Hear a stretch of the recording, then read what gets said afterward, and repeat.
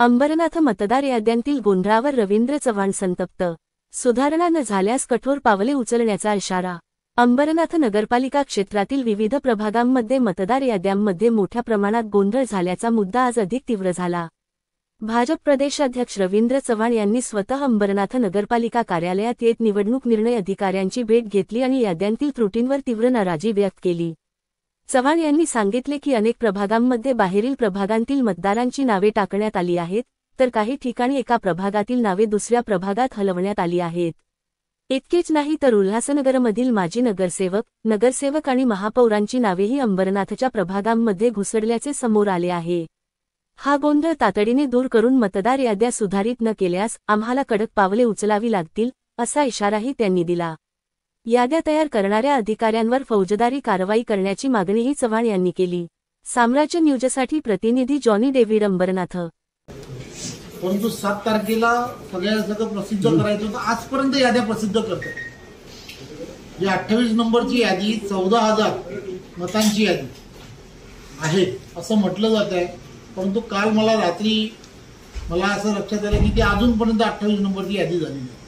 आणि पूर्ण 28 नंबर यादीमध्ये उल्हासनगर मधल्या असणाऱ्या शिवसेनेच्या महापौरापासून सगळ्यांची नावं आहेत उल्हासनगरच्या. अशी ती परिस्थिती आहे. 28 नंबरची पूर्णच्या पूर्ण तो भाग आहे ना. असं जर व्हायला लागलं तर ते अत्यंत चुकीचं आहे. आता 22 नंबर पॅनल आहे. त्या 22 नंबर पॅनलमध्ये तक्रार करून येऊन म्हणजे जे आता लेडीज आहेत त्या म्हणून असं करता का काय माहित नाही, पण 3 टाईपच्या नगरसेविका आहेत त्यांना वार्ड पूर्णच्या पूर्ण माहीत आहेत, मतदार माहीत आहेत सगळे. आणि आपण असं सुद्धा त्याला अशी ट्रीटमेंट दिली तर काही योग्य नाही. काही आपण किती 22 नंबर मध्ये 700-750 नंबर ते गेलेले, कारण त्यांनी प्रॉपर बारकोपाडा वॉर्डच ठेवलेला आणि बारकोपाडा पाहिजे होतं. म्हणजे आता 7,000ची जी यादी आहे ना ती फक्त आणि फक्त शिवगंगाचीच आहे. तुमची नोट डाऊन करा. माझं म्हणणं कसं आहे, तुम्ही नोट डाऊन करा. तुम्ही काही हे करण्यासाठी नाही, परंतु फेअर इलेक्शन झालं पाहिजे. फेअर अँड फ्री इलेक्शन, त्यासाठी आपण हा प्रयत्न जर करत असू तर काय झालं पाहिजे, त्याच्यामध्ये तुम्हाला काय करायला सगळ्या यंत्रणा पूर्णच्या पूर्ण लागवा. तुम्हाला कलेक्टर ऑफिस म्हणून माणसं पाहिजेत, माणसं घ्या, प्रॉब्लेम काहीच नाही. पण ही काही पद्धत नाही. त्याला 22 संपलंय तुमचं. 22चं तुमचं 22चं नाही सर. माझ्याकडे कसं म्हणायचंय, आपला वॉर्ड जो आहे ना सर तो बारकोपाडा आणि शिवगंगा आहे. म्हणजे आता जी यादी आहे ना ती शिवगंगाचीच यादी आहे. बारकोपाडा वगळला. म्हणजे इव्हन माझं नाव आजही आपण सर्च करतोय तर ते 28ला दाखवते सर. माझ्या पूर्ण भोईर फॅमिलीचे ऑब्जेक्शन तुमची ती ऑब्जेक्शन हे कुठे 372 मध्ये सुद्धा एक पूर्ण यंत्रणेमध्ये आता एवढी नावं आहेत ना, तेवढे कोण ऑब्जेक्शन घ्यायला येणारच नाहीत ना. बरोबर. तुम्ही 1000-1200 जर आणली माणसं जर आणली तर ती एक प्रत्येक माणूस येणारच नाही. तो कधी येईल, तो त्या दिवशी निवडणुकीच्या दिवशी त्याला लक्षात येईल की बाबा ही गडबड झाली म्हणून. त्याच्या अगोदर करणारच नाही, कारण BLA फिरलेच नाहीत. आणि BLAनी काय रिपोर्ट केलाय की नाही माहित नाही आम्हाला या सगळ्या गोष्टीमध्ये. पण आम्ही जर सांगतोय तर त्याला फेअर तुम्ही काय करा, तुम्ही सर्वे करा ना त्याच्याबरोबर. आमचा माणूस असेल, त्यांचा पण माणूस असेल, इतर पक्षाचा पण माणूस असू दे, आणि त्याने डोर टू डोर जाऊ दे ना. आमचा प्रॉब्लेम काहीच नाहीये. पण असं काही डायरेक्ट उचलून एखादी पूर्णच्या पूर्ण यादी काढायची तर असं नाही चालत ना. त्याच्यामध्ये असं लक्षात आलं की ते प्रारूपमध्ये नावं होती आणि जी आता अंतिम यादीमध्ये आले त्याच्यामध्ये जे आपण प्रस्तावित करतो त्यावेळेला तो CO साहेब त्याला डेझिग्नेटेड ऑफिसर आहे आयोगाकडनं मान्यता प्राप्त. त्यांनी तो रिपोर्ट केला. सचिव काकाणी साहेबांशी त्यांचं प्रेझेंटेशन झालं आणि त्या प्रेझेंटेशनच्या अंती आपण फेरबदल झाले, एका प्रभागातला मतदार दुसऱ्या प्रभागात टाकला गेला, असं आपण जी वोटर लिस्टची जी टीम होती त्याच्याकडनं. अंबरनाथ नगर परिषदेच्या निवडणुकीच्या पार्श्वभूमीवरती काल एका बैठकीसाठी मी रात्री अंबरनाथ मध्ये आलो होतो. सर्व उमेदवार आणि कार्यकर्ते यांच्याशी चर्चा केल्यानंतर हे लक्षात आलं की बऱ्याच वेळेला यादी आणि यादीच्या संदर्भामध्ये अंबरनाथ विधानसभेमधील असणारे सर्व मतदार हे त्या प्रभागांमध्ये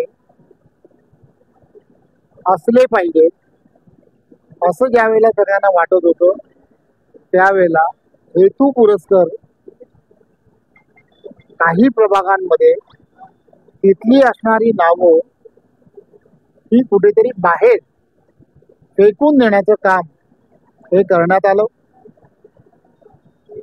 की जेणेकरून त्याचा पॉलिटिकली फायदा हा कोणाला तरी दुसऱ्या पक्षाला होऊ शकतो.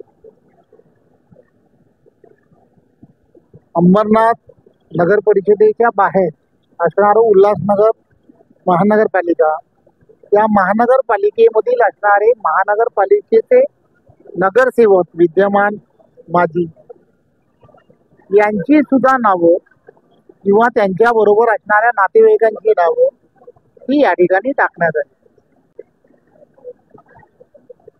साई सेक्शन सारख्या प्रभागामध्ये कोणाच्या तरी फायद्यासाठी त्या ठिकाणी जे नव्याने उमेदवार उभे आहेत त्यांच्या नातेवाईकांची वेगवेगळ्या प्रभागांमधली असणारी नावं ही त्या ठिकाणी आणण्यात आली. अशा वेगवेगळ्या पद्धतीने 28 नंबर प्रभाग जो आहे त्या प्रभागामध्ये 14,000 नावं अजूनपर्यंत त्या संदर्भात स्पष्टता नाही. खरं तर तिथले असणारे आरो त्यांनी असं म्हटलं की आम्ही 8-10 या प्रभागांमध्ये वेगवेगळ्या पद्धतीने टीम्स लावू. ज्यांनी यामध्ये ऑब्जेक्शन्स घेतली आणि नावं काढली त्यांनी खोटे डॉक्युमेंट्स दिले, खोटी बिलं दिली. खोटी बिलं दिल्याने नावं जर कट करण्याचा प्रकार होत असेल तर आम्ही त्या संदर्भात असं म्हटलं की ज्यांनी ऑब्जेक्शन घेतलं, ज्यांनी ही खोटी बिलं तिथे सबमिट केली आहेत त्यांच्यावरती फौजदारी गुन्हे दाखल झाले पाहिजेत हे सांगितलं. नियम काय सांगतो, एखाद्याचं नाव जर तुम्हाला स्थलांतरित करायचं असेल तर त्या ठिकाणी नियमाप्रमाणे पंचनामे करणे हे अपेक्षित आहे. परंतु एकही ठिकाणी 30-35 हजारापेक्षा जास्त नावं ही वेगवेगळ्या प्रभागामध्ये स्थलांतरित करत असताना कोणत्याही BLA 1, 2 किंवा कोणाच्याही साईन न घेता, कोणाशीही पंचनाम्यामध्ये चर्चा न करता जर अशा पद्धतीने काम केलं असेल तर ते पूर्णच्या पूर्ण नियमबाह्य आहे हे आम्ही आता त्यांना सांगितलं आहे. अजूनही या सगळ्या प्रक्रिया सुरळीत करणं हे अतिशय सोपं आहे. कलेक्टर किंवा इथे असणाऱ्या यंत्रणेकडून अधिकचा स्टाफ मागवा.